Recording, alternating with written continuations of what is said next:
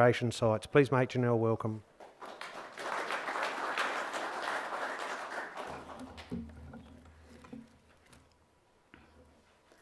Thanks, Bruce. We've been talking about what's the value of all of this and what's in it for me. Well, you actually need to remember that it's not what's in it for you. Our major price determinant, or what's going to give it value, is determined by our consumer. We have to remember that the consumer is king. We know that the consumer wants... that's hard to see. We know that the consumer wants lamb that is juicy and is full of flavour. And we've also know that this is influenced by intramuscular fat. The ideal range being between 4 and 6%. In the information nucleus flock, there are individual animals that have measured from down as low as 2% and up to 9%. We know that tenderness is important and a key driver for purchasing lamb. When we measure this objectively, we know that below a shear force of 40 newtons is considered acceptable by consumers. The other thing that's important to consumers is that they want more meat and less fat. They don't want to be paying for fat, which they'll generally cut off. And so this is where lean meat yield comes into it and gets back to what Graham was talking to earlier. And just to reiterate, and I know that it's been mentioned before, but this is really important for what I'm about to go on about, is that there are antagonistic genetic correlations between lean meat yield and eating quality, and Graham pointed that out very well earlier today. Importantly, if we target lean meat yield genetically, we will decrease the tenderness. If we target lean meat yield, we'll decrease intramuscular fat, juiciness and flavour. But fortunately for us, if we target these eating quality traits, they'll both go up together. So the challenge that we've got to face is that while we're trying to increase lean meat yield, and the way we're doing it at the moment is by focusing on post-weaning weight, eye muscle depth and C-fat in the live carcass, we will increase lean meat yield up about 1.5 kilos over the next 10 years. But if we keep doing what we're doing and focusing on that, we'll decrease tenderness. The challenge for the lamb industry is actually to be increasing lean meat yield up further, up to 2.5 to 3 kilos in 10 years, without affecting tenderness. Now, people have been talking about the research breeding values for lean meat yield and eating quality, and these have been developed. And so what I'm going to be talking about today is proof of concept of validating these research breeding values. So the project that I'll be talking about was seeing the impact of these research breeding values, RBVs, for lean meat yield and eating quality, and what impact it has on farm, under multiple environments and through multiple processing plants. And also, part of this project, but I won't be talking about it today, is to demonstrate the value of lean meat yield. We had 20 producer demonstration sites around Australia. 16 of these sites had terminal sires involved in them, and 4 of these sites had merino sires, which are the yellow stars.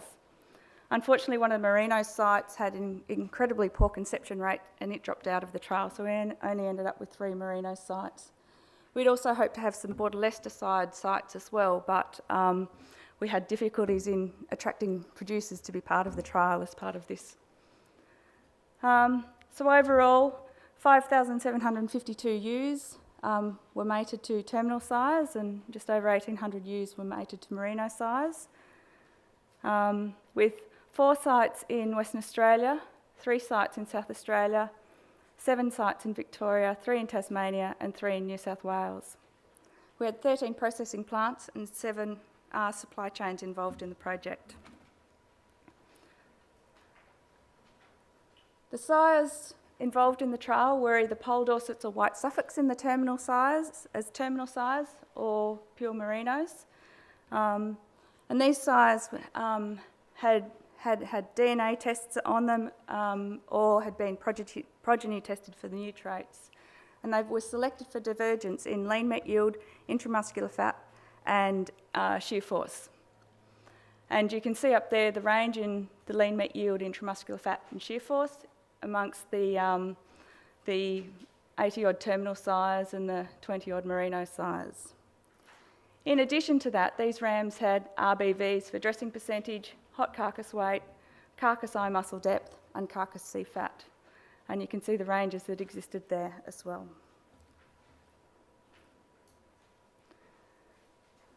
Now these ewes that were AI'd were managed on everyday commercial properties.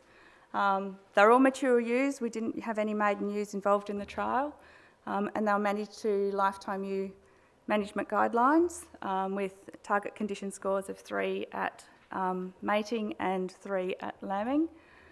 They were wet tested and drenched as required.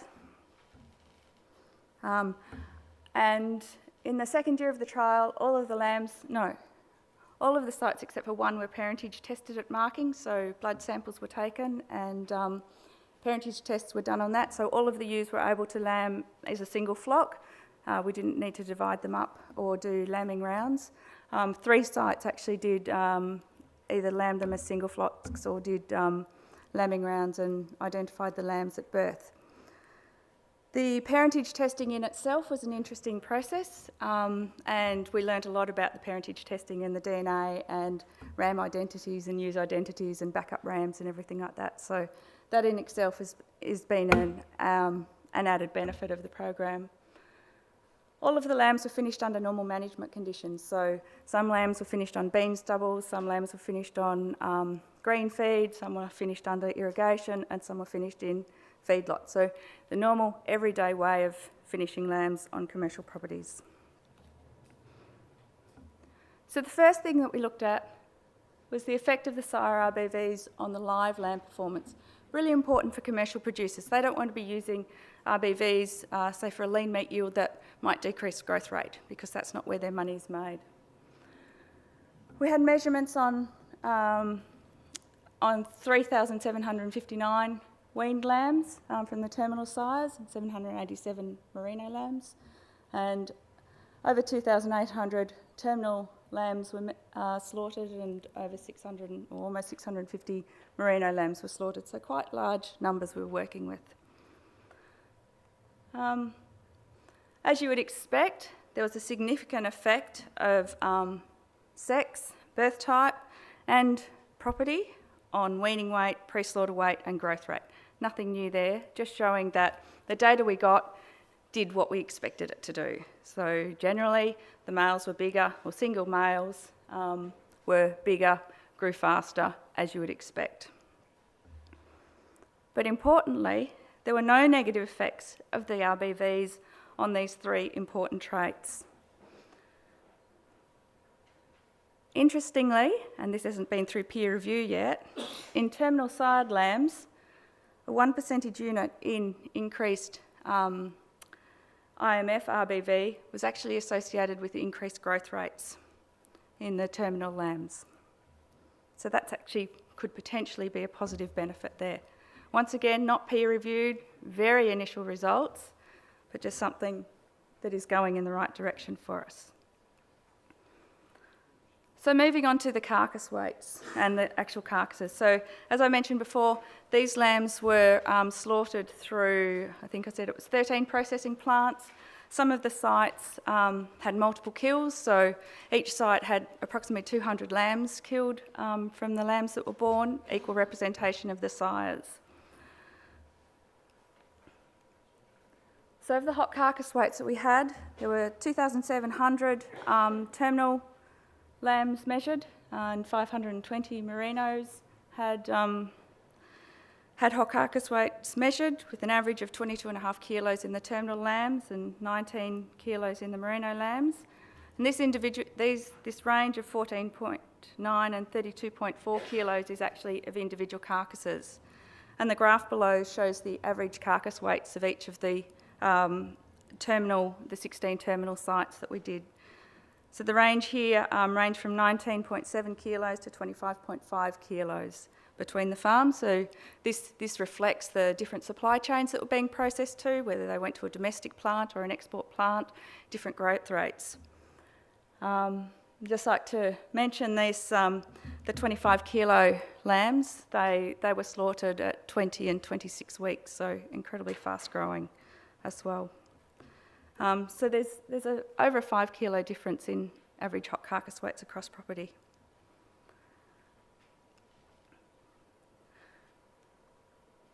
So if we look at the effect of lean meat yield, or the lean meat yield across the properties, lean meat yield in this trial we measured using hot carcass weight, GR fat, eye muscle area, and C fat. So those 4 measures is how we estimated hot carcass weight, and that was based on equations that Graham had calculated from the CT scanning work.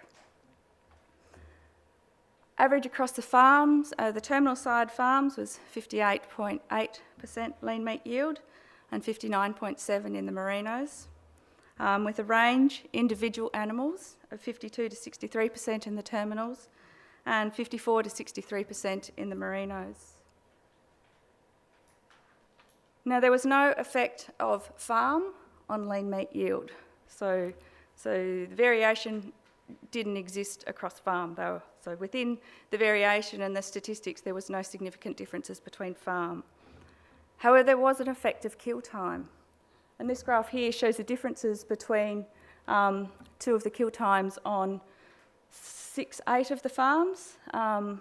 So there were 10 farms that had more than 1 kill. 2 farms had no difference in the lean meat yield, and the other 8 had a significant difference, but not in any particular direction. This graph here shows the difference. So the first kill. So, for example, with the first bar there, the first kill had a yield of 59%, and the second kill had a yield of 57%. So there was a 2% difference of lean meat yield between those 2 kills. So that's between the first and the second. Whereas the third bar there actually had a higher yield at the second kill. Not sure why this is, haven't actually gone and had a look in depth about it, but it's just showing that it's not consistent across time.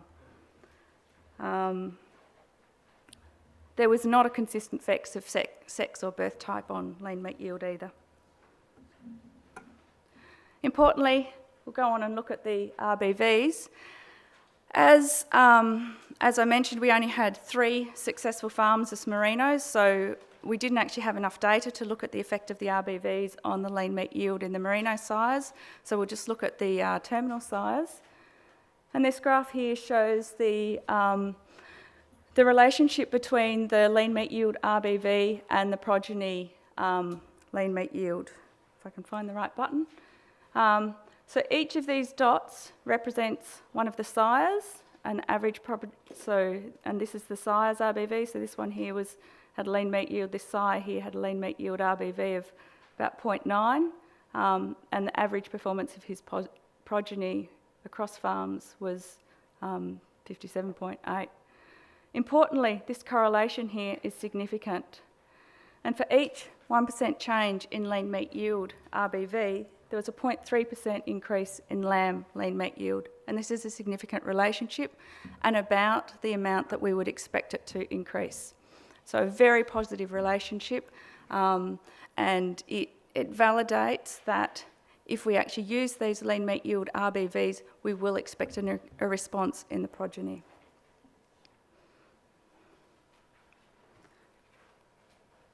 Moving on to the intramuscular fat, same setup as before, 1,300 terminal lambs measured and 300 merino lambs measured, with an average of 4.1% in the terminals and 4.2% in the merinos.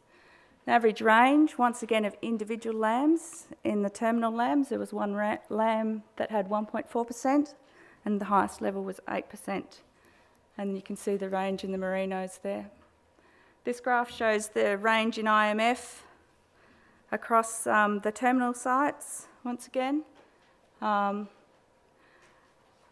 across and so this range is from this farm here, only had 3.3% IMF, and this farm here had 4.6% IMF.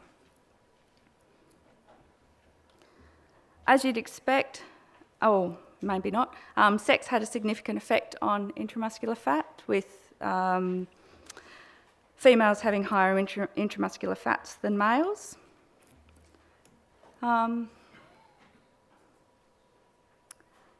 Importantly to note is that we're actually aiming for 4 to 6%, and almost half the properties are under this 4%. So we've really got to be careful about what's happening here. If we go on and look at the relationship between the RBVs and the actual progeny performance again, once again only looking at the terminal sires, with the sire RBV across here and the average of the progeny of each sire on this side here, once again we've actually got a very good relationship between RAM RBV and the performance of their progeny. In this case, for every 1% change in IMF, you're getting 0.5% change in your progeny performance. And this is a fantastic relationship, exactly where we expect it to be. This demonstrates that if we actually use the IMF RBV for selection, we can actually expect a response in the progeny.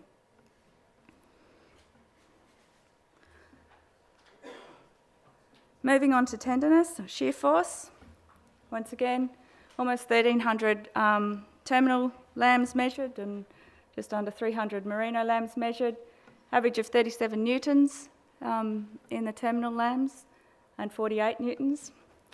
And then you can see the range of the individual lambs in this case, 14 newtons to 100 newtons in the terminal lambs and 21 to 130 newtons in the crossbred lambs. Remembering 40 newtons is our target. The majority of properties are hitting underneath this. This property here was actually, the lambs here were slaughtered in a plant that didn't have electrical stimulation. It's an export plant, and so we actually expected that. These other couple demonstrating that the whole system's not working in this case, and we need to do some work with some of those plants. One of these was actually one of the merino sites as well.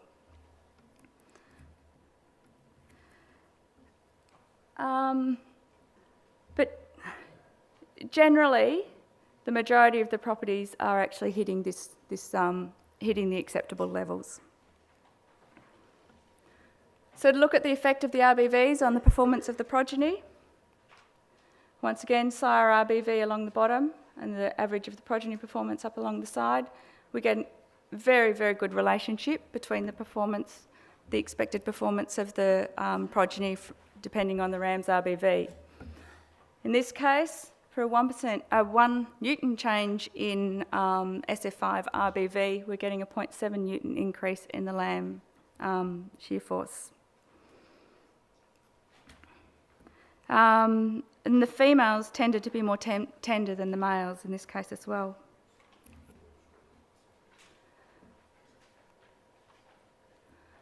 So in summary, looking at the 3 key traits, the lean meat yield, the intramuscular fat and tenderness, using for a 1% change in lean meat yield RBV, we get a 0.3% increase in lamb lean meat yield. For 1% change in intramuscular fat, we get a 0.5% increase in lamb intramuscular fat and a 0.7 Newton increase in lamb tenderness, or it actually should be decrease. So this should be shear force here, so we're actually it's moving in the right direction. We didn't have enough results, or the results weren't significant in the merinos, but we did actually get a correlation with the lean meat yield data in this case. Looking at the other traits, remembering they didn't have as much spread as what we had with the lean meat yield and the intramuscular fat and shear force, we're actually getting significant relations as well.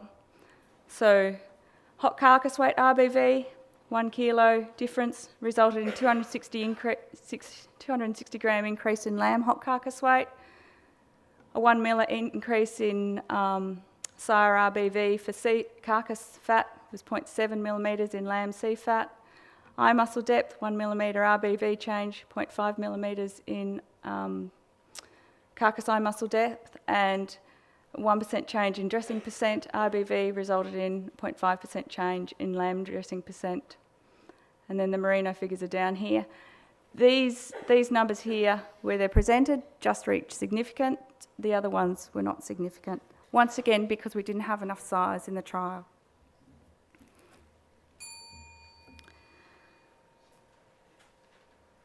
Just going back to this slide again about the undesirable and the antagonistic correlations between lean meat yield and eating quality. We were able to look at the effect of each of these and the phenotypic results as well. And it did what we expected it to. So for a 1% change in lean meat yield RBV, we actually got a 1.6 Newton increase in lamb shear force. And we don't want that. For a 1% change in lean meat yield RBV, we got a 0.14% decrease in lamb intramuscular fat. And finally, for 1% increase in intramuscular fat RBV, there was a 0.3 Newton decrease in lamb shear force. So the phenotypic results on commercial farms, through commercial plants, through multiple supply chains and environments have demonstrated that that's what's going to happen if you actually only focus on the one trait. So in summary, the lean meat yield and eating quality producer demonstration site proof of concept project was able to detect measurable differences between sires in the progeny carcasses and eating quality traits. There was no negative effect on live animal performance if you select for the desirable traits. And there was a positive relationship between the RBVs and the progeny performance.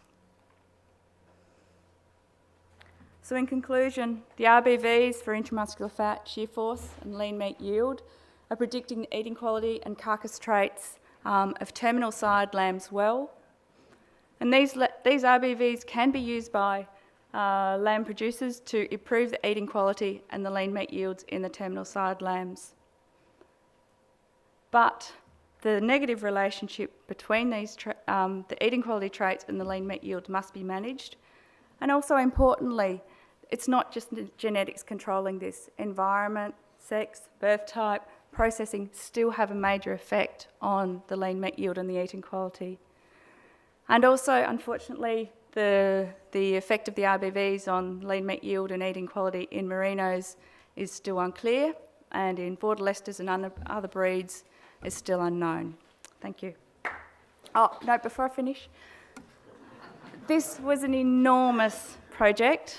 Impossible to list all the people that have been involved in it.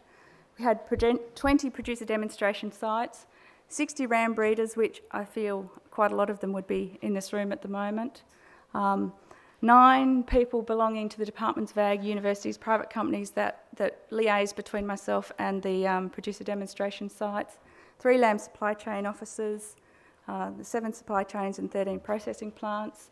We had 4 teams working in the abattoirs to collect the samples, 5 laboratories measuring the samples, sheep genetics, and Luke worked very hard to source all the semen and get it into the right place at the right time.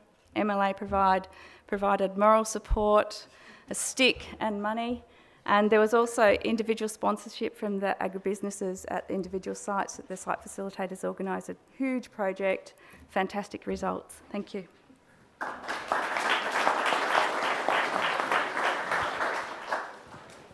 So Janelle, thank you very much. Proof of concept that the RBVs do work, and so when the supply chains and processors come out with price signals around lean meat yield and eating quality, we know that the commercial producers are going to have available to them some tools to actually make some practice change on farm. Those tools will be available by the actions the seed stock producers take here in the room. So, yep, open to questions.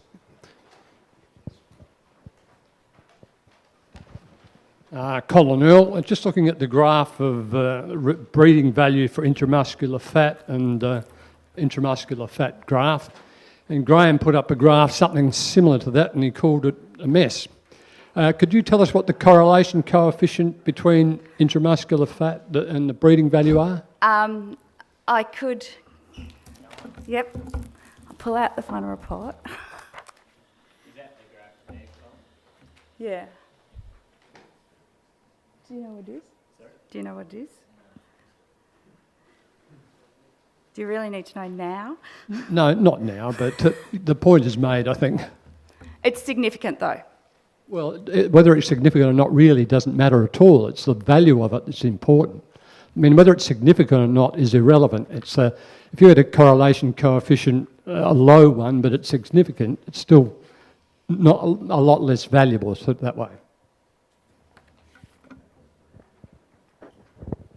Okay, we'll just take that one on notice. Thanks, Janelle. You can follow that up over dinner. Yep, you can decide whether you sit next to Colin or not. But yep. Next question. Yep, down here, Lockie. Yep. Yeah, Lockie Day, Janelle. Both yourself and Graham been talking about taking measurements in the abattoir, and you've been taking eye muscle area measurements. Do you find it surprising that lamb plan only requires eye muscle depth when all the research is done on eye muscle area? There is a very good correlation between eye muscle depth and eye muscle area, and the sheep genetics people have done lots of work that actually that say that you get as much information, at least what you're doing with the eye muscle depth as the eye muscle area. Measuring lean meat yield in the carcass is a little bit different to in the live animal as well.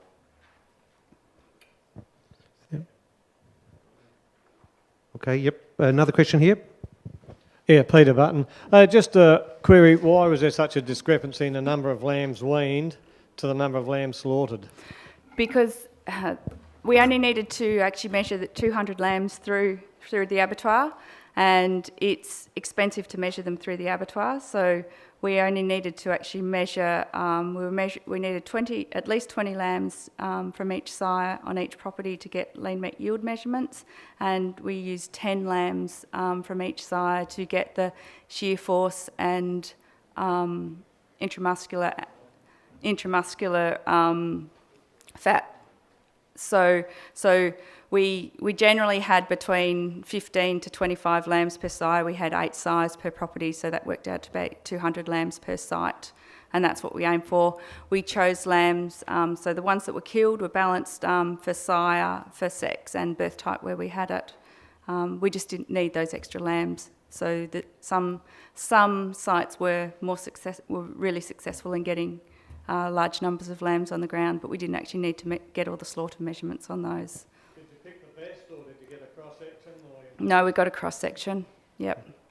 So, Janelle, the other thing you mentioned on commercial farms using AI technology often for the first time, and so that's why there were more lambs sought in the drop, so you knew you'd have enough lambs at the end of the day. Yes, yep. but we had some sites that didn't achieve the 200 too. Yeah, that's right. Yep. Okay. Yep. Don, and then we'll take the one on the board. Don Pagler, Janelle. If it's acceptable below 40 newtons for tenderness, we certainly have quite a problem if 36% of these sites are at 40 or above. Yes. And shouldn't that be the message to the industry? That they're not all meeting. They're not all meeting the requirements. Yes. So 100% of these lambs, the lambs were all should have, I think they all were, MSA registered, so they all should be hitting that, but they're not. And it's not just, so it could be farm in some case, and it probably relates to that question up there. Some cases it does have an effect, and some cases it doesn't. It depends on how well the lambs have been set up beforehand. If you're meeting the MSA requirements, if they're growing at the 150 grams per day beforehand for terminals, or 250 for merinos, I think it is, then they should hit it. Whether these lambs were growing at that, I mean, how many people know exactly what they do, and maybe we need to go back and explore whether some of those sites were. We also know that there were processing problems in some of those sites. So some of the processes are contributing to this problem as well. Yep. So, Janelle, nice little bit of work to the side there to actually go back and review those ones that actually did fail in terms of the tenderness. Yep. Mm-hmm. Yep. Yep. Yep. Any other questions? Yep. John. I'd be interested to know how unpalatable the high shear force meat is. I mean, can you give us some idea of, say, a high shear force? Is it inedible or? It's not inedible, and it's also got to do, so like these are shear forces of loin. If we look at the shear force of topside, Graham had that up earlier, but the average of topside is actually much higher, so it depends how you cook it. I don't know what the cut-off limits, Graham, do you know what they are? We might throw it to Graham, if that's okay with you, Janelle. Yep, given Graham lives and breathes all that. I live and breathe with Bruce, that's right. The difference between the loin and the topside, the topside was sort of barely reaching a pass, which is ballpark around about 50 points out of 100. And the loin was regularly sort of on the cusp of 4 to 5 star, which is sort of getting up around 70 points out of 100. So just to give you a bit of a scale and a feel for difference, that 50 points or ballpark around there is the difference. If you're above it, then your average person on the street will say, yep, that was okay. And if you're below it, they'll say, no, that failed in my mind and I wouldn't go back and buy it again. It's that repurchase that actually really matters. But do you know what the shear force levels for those are? Because what you're talking about is a combination of tenderness and juiciness and everything like that. So if we're just talking about shear force. So the value that a consumer gives it, you can't link to one shear force number because it's too multifaceted. So there's many things that impact on their perception, tenderness, juiciness, flavour, all figure together. So there's no true calibration for shear force impacting upon consumers' perception of eating quality. It does, it's linear, and it depends upon all of the other factors as to sort of where on the scale that piece of meat with a range in shear force is sitting.